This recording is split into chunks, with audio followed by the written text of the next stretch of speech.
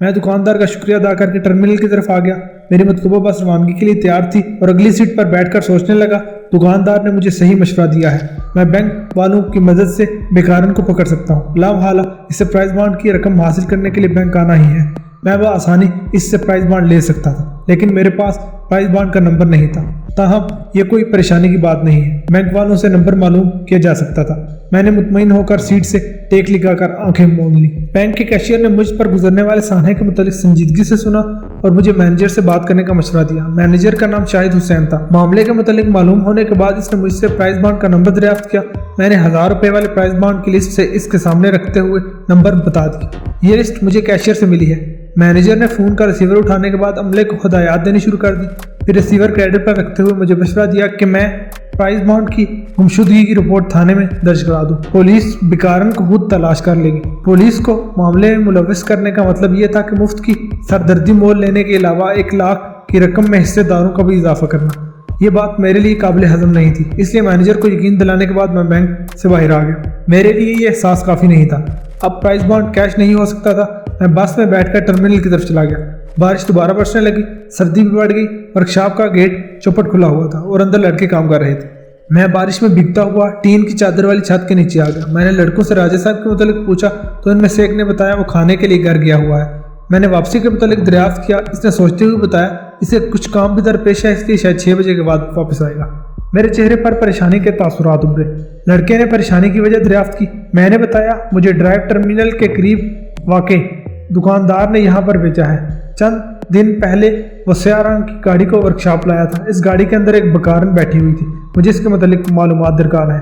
लड़के ने बताया इस गाड़ी का ज़्यादातर काम मैंने ही किया था। काम के दौरान ड्राइवर से बातचीत हुई थी। मैंने बेचैन लहजे में बातचीत के मुतालिक पूछा। वो बोला आप खुद सोच सकते हैं, अगर महंगी तरीन गाड़ी के अंदर कोई बेकारन बैठी हो तो हैरत तो होती है।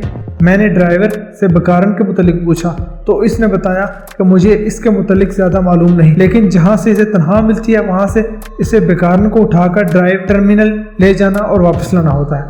मैंने चौंकते हुए जगह के मुतालिक पूछा। लड़के ने लाइल्मी का इजहार करते हुए बताया। ड्राइवर इस जगह के मुतालिक बताने के लिए तैयार नहीं था, लेकिन इसने बल्दिया प्लाजा की 5 दुकानों के मुतालिक फहरिया अंदाज में बताया कि वो 5 दुकानें इसके मालिक की मिल्कियत हैं।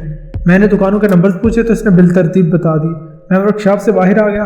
बल्दिया प्लाजा वहाँ से ज़्यादा दूर नहीं था और मेरी जेब में रकम भी कम होती जा रही थी, इसलिए मैं पैदल ही बल्दिया प्लाजा की तरफ चल दिया। मुझे उम्मीद थी कि मैं दुकानदार से बआसानी इस शख्स के मुतालिक मालूम कर लूँगा जो बेकारियों का ठेकेदार था और बेकारन इसकी गाड़ी में टर्मिनल आती और वापस जाती थी।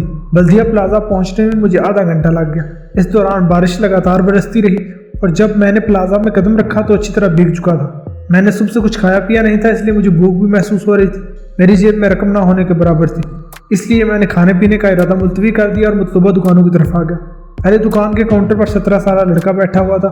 मैंने इससे दुकान के मालिक के मुतालिक पूछा तो इसने बेजारी से लाइल्मी का इजहार किया, लेकिन जब मैंने इसे बताया कि मेरा ताल्लुक टैक्स के महकमे से है और मुझे मालूमात के लिए भेजा गया है कि किन दुकानों का टैक्स अदा किया गया है और किन का नहीं, लड़का मेरे झूठ से मरगूब हो गया और इसने न सिर्फ मुझे दुकान के मालिक का फ़ोन नंबर दिया बल्कि कागज़ पर एड्रेस लिख दिया। मैंने इसका शुक्रिया अदा किया और प्लाजा से बाहर आ गया। बारिश तूफानी अंदाज में बरस रही थी, ताहम शिद्दत में वक्त के साथ कमी आती जा रही थी। मैंने कागज़ पर लिखे हुए एड्रेस पर निगाह डाली। वो शहर के महंगे तरीन इलाके का था।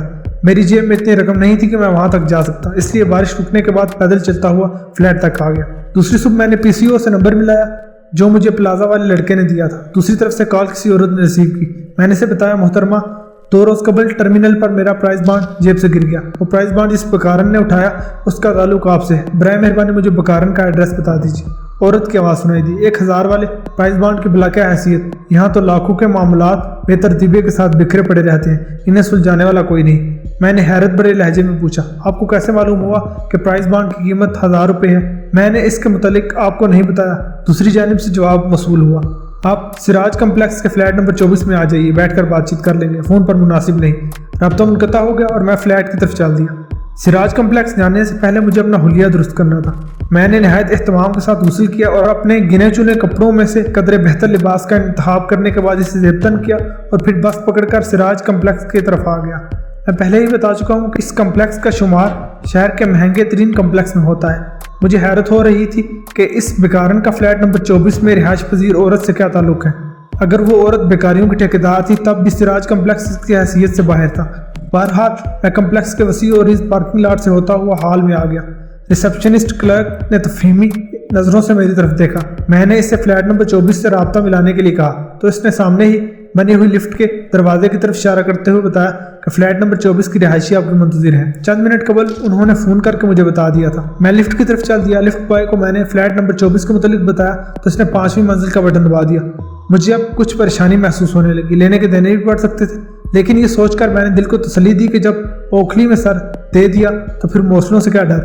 मुझे हर हाल में प्राइस बॉन्ड चाहिए था। कारखाने की नौकरी को मैं हैदराबाद कह चुका था और ले दे के मेरे पास सिर्फ बॉन्ड का ही सहारा था। अगर वो भी ना मिलता तो मैं दरबदर होने के बाद सड़क पर आ जाता। 5वीं मंजिल पर पहुंचने के बाद लिफ्ट रुक गई और मैं दरवाज़ा खोलकर फ्लैट नंबर 24 की तरफ गया। घंटी बजाने पर नहायत खूबसूरत और मुतनासिब नशेब फराज के जिस्म की मालिक औरत ने मुस्कुराते हुए इस्तकबाल किया। इसने मुझे अंदर आने के लिए कहा। मैं झिझकते हुए फ्लैट के अंदर आ गया। जमीन पर महंगा और पाँव में धंस जाने वाला कालीन बिछा हुआ था। औरत किसी नाजुक परी के मानंद आहिस्ता चलती हुई सिटिंग रूम में आ गई। कमरे के चारों तरफ सोफे लगे हुए थे और एक लंबी चौड़ी नफीस मेज पर अनवाओ किस्म के बिस्किट और पेस्ट्रियां रखी हुई थी। मुझे शर्मिंदगी महसूस होने लगी। मैं गलत वक्त पर आ गया। कोई मेहमान आने वाला था जिसके लिए ये एहतमाम किया गया था। औरत ने मुझे सोफे पर बैठने के लिए कहा। मैंने गर्द आलूदा जूतों को उतारा और सोफे के इंतहाई कोने में सिमटा कर बैठ गया। औरत कप में चाय डालने लगी। मैंने कनखियों से इसके सरापा का जायजा लिया। इसके शोल्डर कट बाल ब्राउन कलर के थे, माथा कुशादा, नाक कदरे मोटी और होंठ पतले थे। आंखें इतनी खूबसूरत थी कि इनमें डूब जाने का दिल करता था। मुझे टर्मिनल में भीख मांगने वाली बेकारनी याद आ गई। इसकी आंखें बहुत खूबसूरत थी। कप में चाय डालने के बाद औरत अब प्लेट में बिस्किट और पेस्ट्रियां रख रही थी। वो नहायत महंगे तरीन गाउन में मलबूस थी। इसके जिस्म की भीनी भीनी खुशबू इतनी दूर बैठने के बावजूद मुझे पागल की जा रही थी। शायद अभी गुस्ल करके बाहर आई थी। इसके हाथों की उंगलियां पतली और महरूती थी। नाखून नहायत नफासत के साथ तराशे हुए थे। वो मेरी तरफ देखते हुए मुस्कुराते हुए बोली, मामले पर बातचीत बाद में करेंगे, पहले कुछ हाथन में दारद हो जाए। मैंने हैरत भरी नजरों से इसके एतराफ देखा तो ये एहतमाम मेरे लिए था, लेकिन क्यों? मेरा इसके साथ कोई ताल्लुक नहीं था और मैं उसे कुछ देने के लिए नहीं बल्कि लेने के लिए आया था। वो दोबारा बोली, तुम्हें मेरी वजह से परेशानी उठाना पड़ी। मैं तो इसके लिए माजरत हाँ हूँ। मेरी तबीयत चंद दिनों से नासाज थी, इसलिए टर्मिनल ना आ सकी, वरना तुम्हारा प्राइस बॉन्ड तुम्हें लौटा देती।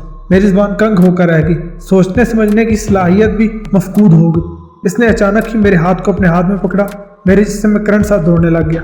वो नर्म लहजे में बोली, ये तमाम एहतमाम मैंने खसूसी तौर पर तुम्हारे लिए ही किया है। अगर मुझे कुछ वक्त मिल जाता तो और भी बहुत कुछ करती। इसने चाय का कप मेरे सामने रख दिया। मैंने सुबह नाश्ता नहीं किया, इसलिए हैरत के समंदर में गोता खाने की बजाय बेकरी के सामान पर हाथ साफ करने लगा। इस सुबह मैंने इतना खाना खाया कि तमाम जिंदगी में कभी इतना नहीं खाया। पेट भर जाने के बाद मुझे औरत ने अपने पीछे आने के लिए कहा और साथ वाले कमरे की तरफ चल दी। इस कमरे में महंगी तरीन लकड़ी की अलमारी दीवार में नस्ब थी। इसने अलमारी को खोला, खुफिया खाने से प्राइस बॉन्ड निकालकर मेरे हाथ पर रख दिया। इस दौरान मेरी सरसरी निगाह खुफिया खाने के अंदर रखी हुई रकम पर पड़ी। मैं मालियत का तो सही अंदाजा नहीं लगा सका, लेकिन इतनी बड़ी रकम फ्लैट में रखने की वजह मुझे समझ ना आ सकी। हम दोनों वापस सिटिंग रूम में आ गए। वो मुझे सोफे पर बैठते हुए बोली, मुझे मालूम है कि तुम एक छोटे से कारखाने में मुलाजिम हो। तुम्हारी तनख्वाह महदूद है और काम मुश्किल है। गुजर बसर खींच तान कर होती है। मैं तुम्हारी मदद करना चाहती हूँ। मुझे अपने काम को संभालने के लिए कोई दयानतदार और मेहनती आदमी की ज़रूरत है। मैं तुम्हें माकूल तनख्वाह दूंगी, काम भी ज़्यादा नहीं है। मैंने दिमाग में उभरता हुआ सवाल पूछा, क्या तुम वही बकारन हो जिससे मेरी मुलाकात रोज़ाना टर्मिनल में होती है, लेकिन पुरसाइश रहन सहन देखकर मुझे यकीन नहीं आता। इसने बताया, मैं बेकारन नहीं बल्कि बेकारियों की ठेकेदार हूँ। बल्दिया प्लाजा में मेरी 5 दुकानें हैं जिनका माहाना किराया लाख से ऊपर बनता है। मैं काफ़ी दिनों से तुम्हारे मुतालिक सोच रही हूँ। तुम पढ़े लिखे हो, अकाउंटेंट का काम बखूबी संभाल सकते हो। हाँ की फिक्र मत करो, वो तुम्हें तुम्हारी तवक्को से ज़्यादा मिलेगी। मैंने इसकी बात को नज़रअंदाज करते हुए पूछा, लेकिन मेरी मालूमात के मुताबिक टर्मिनल का ठेकेदार तो कोई मर्द है, इसका नाम बांके मियाँ है। इसने मुस्कुराते हुए बताया, बांके मियाँ का नाम मैं डमी के तौर पर इस्तेमाल करती हूँ। मैंने पस्से पर्दा रहते हुए चंद काबिल एतमाद वर्कर्स हायर किए हुए हैं जो रोज़ाना फ़कीरों से वसूली का काम करते हैं। ये रकम बाज़ औकात लाख से भी ऊपर चली जाती है। इतनी रकम सामने हो तो ईमान मुतज़ल्ज़ल होने में देर नहीं लगती। चंद दिनों से वसूली करने वाले वर्कर्स ने रकम में धांधली करना शुरू कर दी थी। मैंने इनमें से चंद को काम से बरतरफ कर दिया, लेकिन ये मसले का हल नहीं। रकम देखकर कोई भी फिसलता रहता है। मैं कब तक वर्कर्स की नीयत बदलती रहूंगी? मुझे मुस्तकिल सहारे की ज़रूरत है जो मेरी दौलत और जायदाद पर निगाह रखे। मेरी नज़रें इंतहाब तुम पर पड़ी। तुम शरीफ और पढ़े लिखे इंसान हो। मेरे पास भी मास्टर की डिग्री अलमारी में पड़ी है। दौलत कितनी रेपेल है कि अब इस्तेमाल करने की नौबत ही नहीं आ सकी। अगर तुम इससे मायूब ना जानो तुम इससे शादी कर लो। मैं प्लाजा की तमाम दुकानें तुम्हारे नाम कर दूंगी और इसके बदले तुम्हें टर्मिनल में भीख मांगने वाले भिखारियों से रकम वसूल करना होगी। तुम्हारे ऊपर कोई जोर जबरदस्ती नहीं। अगर मुझसे शादी ना करना चाहो तो तनहा लेकर ठेकेदारी के काम में मेरी मदद कर सकते हो। सूरत दीगर 7 वाला कमरा तुम्हारा मुंतजिर है, वहाँ चले जाओ, हम कल शादी कर लेंगे। मैंने प्राइस बॉन्ड पर निगाह डाली, वो असली था, लेकिन अब मुझे न जाने क्यों 1 लाख की रकम में कशिश महसूस नहीं हो रही थी। बिकारन के कहने के मुताबिक बल्दिया प्लाजा की 5 दुकानों का किराया 1 लाख से ऊपर बनता था। मुझे हाथ पांव हिलाए बगैर 1 लाख की रकम घर बैठे मिल रही थी। मेरे हाँ करने की देर थी, लेकिन मैं इनकार में सर हिलाते हुए फ्लैट से बाहर आ गया। किसी की मातहती में काम करना मेरे ख्याल में चपरासी की नौकरी करने से मुतरादिफ था। बल्दिया प्लाजा की दुकानें मुझे भीख में मिल रही थी और वो मुझे अपनी जायदाद की निगरानी के लिए पालतू कुत्ते के तौर पर इस्तेमाल करना चाहती थी। मेरे लिए 1 लाख की रकम काफ़ी थी। मैं इससे छोटा मोटा काम शुरू कर सकता था। मुझे किसी की मातहती में काम करने की ज़रूरत नहीं थी। मैंने प्राइस बॉन्ड को जेब में रखा और बस पकड़